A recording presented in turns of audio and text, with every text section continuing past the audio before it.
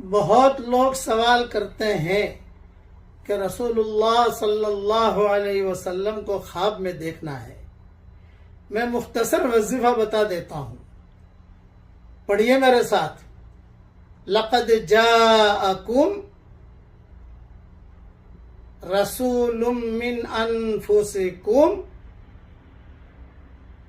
عزیز علیہ ما عنتم حریص علیکم بالمؤمنین رؤوف الرحیم فإن تولوا فقل حسبی اللہ لا الہ الا ہو علیہ توکلت وَهُوَ رَبُّ الْعَرْشِ الْعَظِيمِ۔ یہ سورہ توبہ کی آخری 2 آیتیں ہیں۔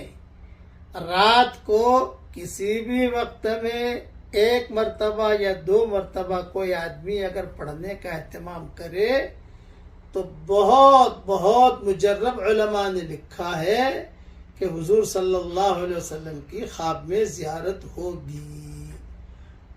یہ حدیث کا کوئی نسخہ نہیں ہے بلکہ اس صالحین کا تجربہ ہے، اور اس آیت کے بہت بہت فوائد حدیثوں میں بھی آتے ہیں اور میں نے اپنی کتابوں میں بھی لکھے ہیں۔ اللہ تعالی ہم سب کو رسول اللہ صلی اللہ علیہ وسلم سے حقیقی محبت عطا فرمائے، یعنی سنتوں پر چلنے کی توفیق عطا فرمائے، آمین۔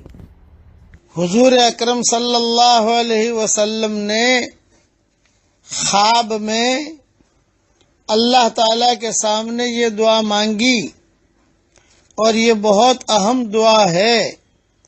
اللہ تعالیٰ نے خود نے ارشاد فرمایا، نبی جی مانگو مجھ سے، تو حضور صلی اللہ علیہ وسلم نے یہ دعا مانگی، اور پھر حضور نے دعا مانگنے کے بعد صحابہ کو یہ کہا کہ یہ دعا حق ہے، لہذا اسے سیکھنے کے لیے بار بار پڑھو، یعنی بار بار یاد کر کے اسے یاد کر لو، پڑھ کے اسے یاد کر لو۔ امیجز بنانے والے یہ دعا کا امیجز بنا لیں۔ اب دعا میں پڑھتا ہوں جو حضور صلی اللہ علیہ وسلم نے اللہ سے مانگی، اللہ کے سامنے مانگی۔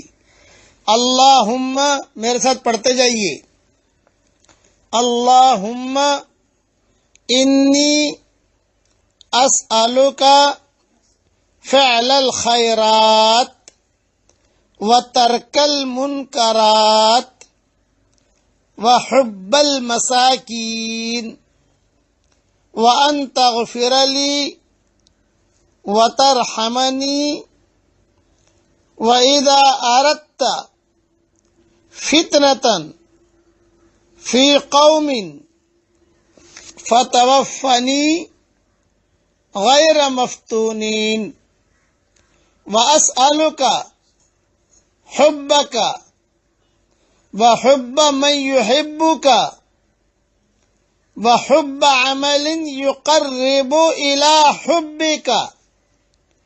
یہ دعا اللہ کے سامنے حضور صلی اللہ علیہ وسلم نے مانگی ہے، اور حضور نے پھر ارشاد فرمایا اس دعا کو سیکھ لو، اس دعا کو سیکھ لو، یہ بہت اہم دعا ہے۔